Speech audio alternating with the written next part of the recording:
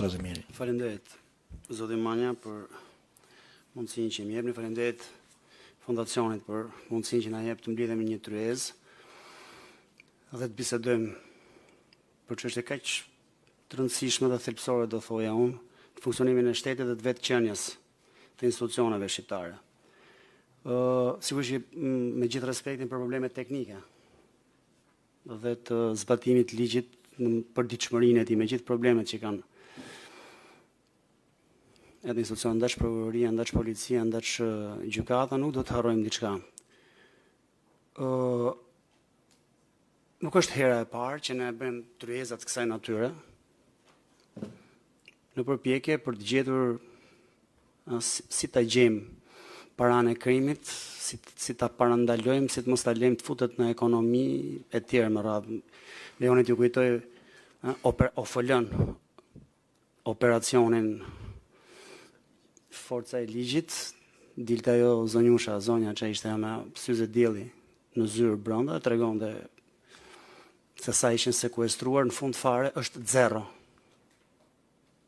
rezultati i vërejtarisë së operacionit Forca e Ligjit. Nuk u morë vesh a ishte institucion apo ishte operacion. Ishte reparti ngritur dhe quhej operacioni Forca e Ligjit. Domethënë, në qoftë se ecim me këtë lloj serioziteti dhe vazhdojmë të diskutojmë me këtë lloj serioziteti edhe në këtë tryezë ku jemi, duke anashkaluar faktin që ka një simbiozë midis politikës, pushtetit dhe krimit në të vend. Që është e vërtet faktike, e marrë nga bankat, e nxjerr nga reportazhe investigative shumë prestigjioze të televizioneve, gazetarëve shumë të njohur në botë. Xhiro e biznesit të ndërtimit 3.8 miliard euro në vitin 2024, vetëm 800 milion euro justifikohen nga ndal nga banka, 3 miliard tjera jo. Nëse dim ku i kemi. S'dim nga na vin. Ashtu sikur është e vërtet që të gjitha grupet kriminale që goditen për shkak të zbërthimit të Sky, ISIS, nga Spaku, nga policia, nga kushdo tjetër, sigurisht nga bashkëpunime me partnerët, të nesmet pas nesmet, brenda javës, brenda 2 javëve, pavarësisht se çfarë ka ndodhur, kanë marrë licenca ndërtimi. Gropat e hapura nëpër Tiranë dhe në Bregdet me projekte fantastiko-shkencore, që kërkojnë pare të jashtëzakonshme për të injektuar në to, tregojnë se sa e kemi parandaluar, se ç'kemi bërë tani që në vitin 2000, në fakt është 2010, jo 2009 viti. Dhe kemi pasi debat të jashtëzakonshëm që nuk do doja ta kishim pas në komision të ligjeve në atë periudhë. Kolegët e opozitës atëhershme kishin vetëm një merak, se mos shkelin drejtat e njerëzit.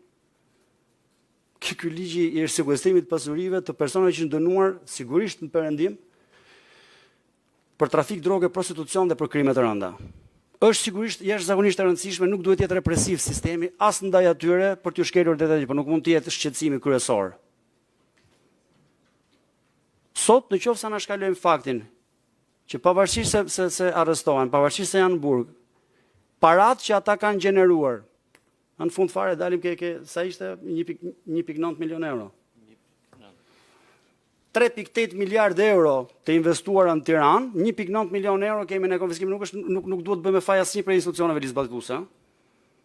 Por sigurisht që këtu duhet ndalemi në një ka diçka që s'shkon. Common sense nuk të lejon të ecësh më përpara, ka i problem me këtë punë. Dhe problemi është kjo. Aty ku ka mafje dhe po flasim për mafje, Nikola Grateri është një autoritet në këtë drejtim. Nuk thot krimi organizuar në nivelin më të lartë, jo thot mafje. Që do të thotë është krimi organizuar që ka kapur politikën, ka kapur pushtetin. Kjo është mafja, këtu ndryshon nga krimi organizuar. Qofse bëhet fjalë për mafje, që kemi pas kemi medalje argjendi në botë, në Olimpiadë të mafjave, do të thotë që duhet ndalemi dhe të diskutojmë jo vetëm çështje teknike të ligjit. Problemi është shumë më thelbësor. Na ka depërtuar krimi, mafja dhe paraja e pisët në ekonomi. Kam përshtypjen që ekonomia jonë është vetëm kjo tash. Pjesa e ekonomisë ndershme dita ditës atrofizohet. Kështu që të paktën në nivel politik bërësish, jo të zbatimit të ligjit në mënyrë të përditshme, secili prej nesh jemi krerë të institucioneve këtu. Minimalisht këto duhet të adresojmë si problem. Jo të mbahet një tryezë jashtëzakonisht respektueshme, me mendime jashtëzakonisht të vlefshme, por ky thelb të mos përmendet fare.